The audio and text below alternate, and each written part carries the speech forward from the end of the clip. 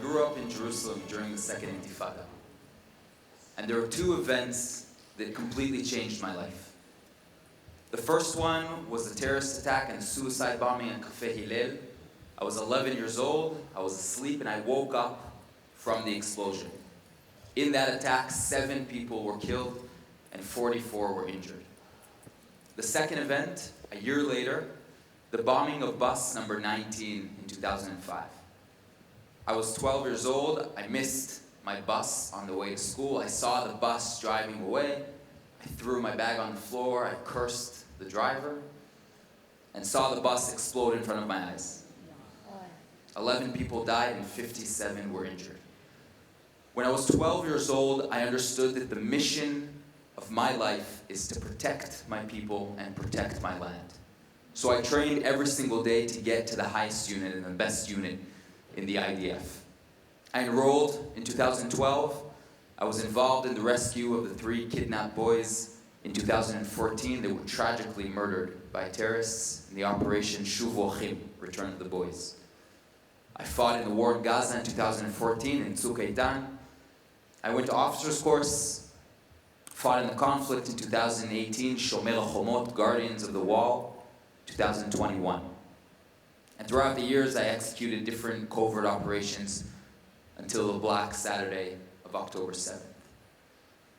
October 6th, 2023, was the happiest day of my life. It was my 30th birthday celebration.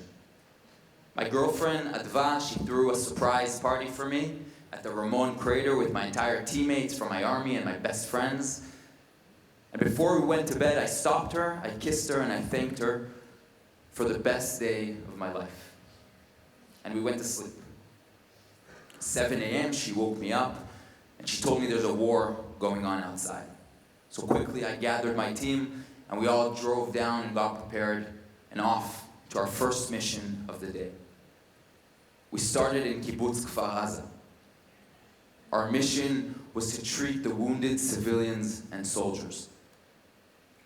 Our first patient of the day was a 3-year-old girl who was burnt completely from head to toe. A Hamas terrorist shot an RPG through the window of a room. The RPG blew up inside, burning the gas tanks of the house, burning her entire house, her and her parents. After an hour and a half of taking care of different people, a car came racing out of the kibbutz. We shot down the tires, we stopped the car, and we pulled out a Hamas terrorist driving that car with 2 women tied up in the back of his car that he tried to kidnap to Gaza. Of course, we sent the women to the hospital and the terrorist to interrogation. We treated soldiers that lost their limbs, civilians that were badly hurt for 2 hours. Our second mission was to drive down to Kibbutz Be'eri and save as many hostages as we can and kill as many terrorists as we find. When leaving Kfar Aza, David joined us. David is my partner in battle.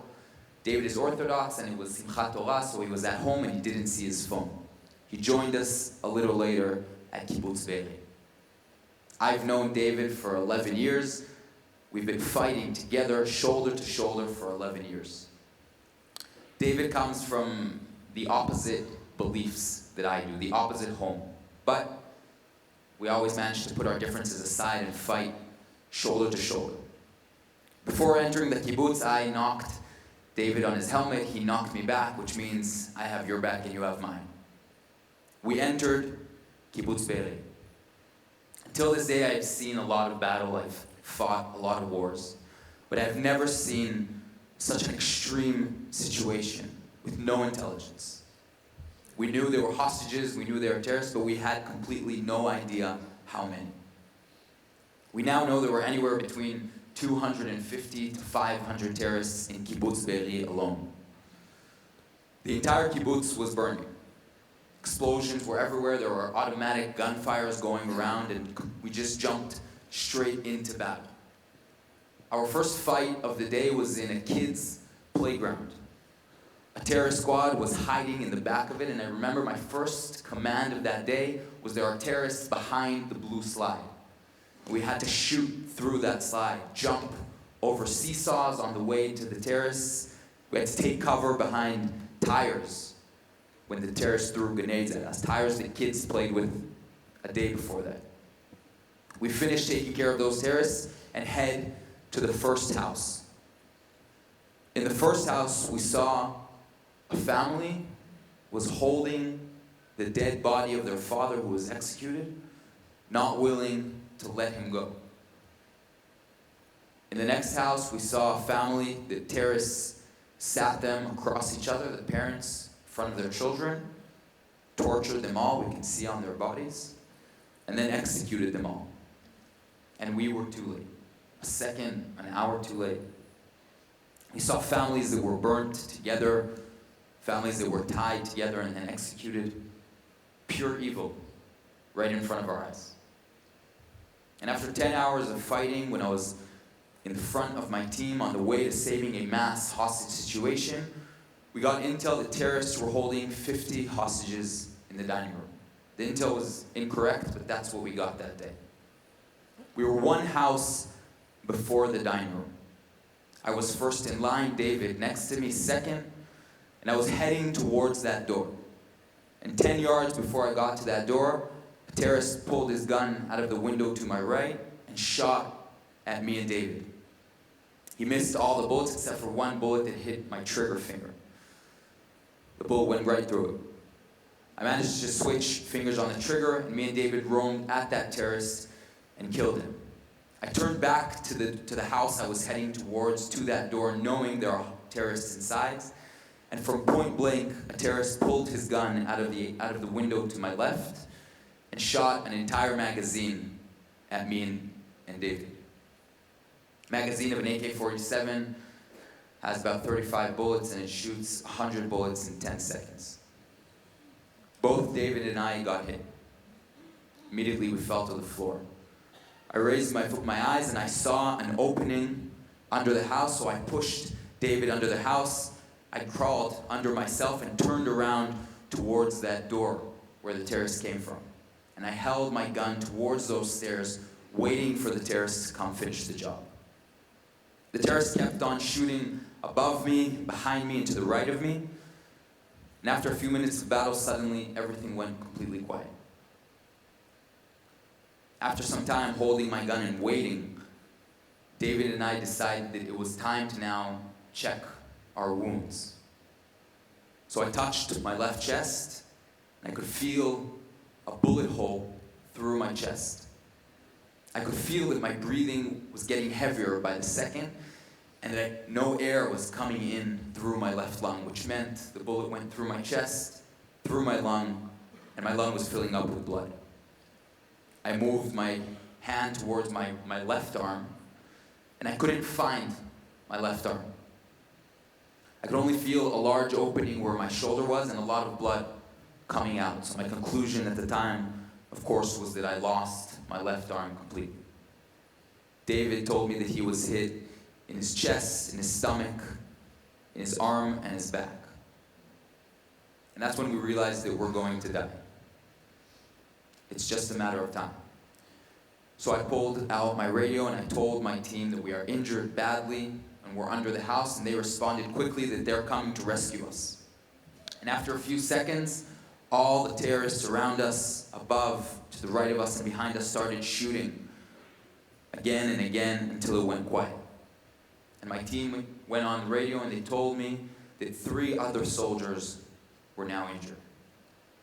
And that's when we knew for sure that this is the end. This is where we're going to die. For a full hour, terrorists kept on coming at us and my team from front, from behind us, from the right, the top of the house on top of us. And at the end of that hour, I understood that this is how the end looks like.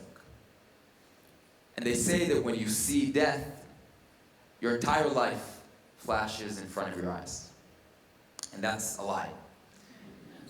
You think only of the most important things. And I could think only of 2 things. The first was to survive, right here and right now, which means my gun is pointed at those stairs. And the second is something to survive for, which for me was Adva, my girlfriend. I regretted at the time that I hadn't married her, or we hadn't had kids together, And if I die now, this is the end.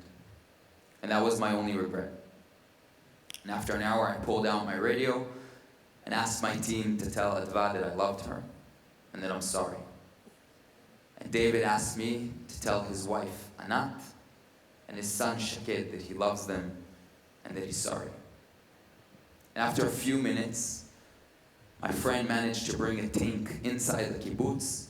And after a hard battle, they managed to flank that tank and crawl under the house, pull us out, and save us. When they got to me, my arm was completely disconnected. Bones all shattered, muscles all ripped, my nervous system's cut off. Only skin was holding my arm together.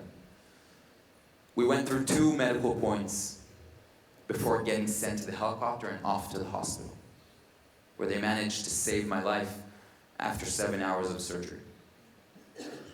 I woke up 3 days later, and I asked where David was, and that's where they informed me that David died, lying next to me in the hospital, in the helicopter, on the way to the hospital.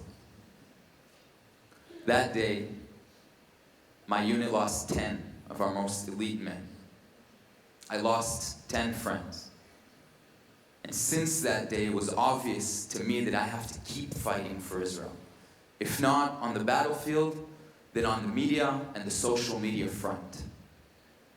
We haven't backed up from a fight in all the years that we exist, and we will not back down on this fight either. The 7th of October was the most horrific day for Jews since the Holocaust. And what we did as Jews was unite. David and I, we come from opposite lives, we come from opposite beliefs and ideologies, but for 11 years, we managed to leave our differences aside and fight together, shoulder to shoulder. It is now our obligation to build up this country better, stronger, and united. There are people in this very room that come from different countries, from all around the world, from different states, from different political and social agendas, but we put that aside and remember first that we are one nation. We are one nation that will stand together and will fight together. Thank you very much.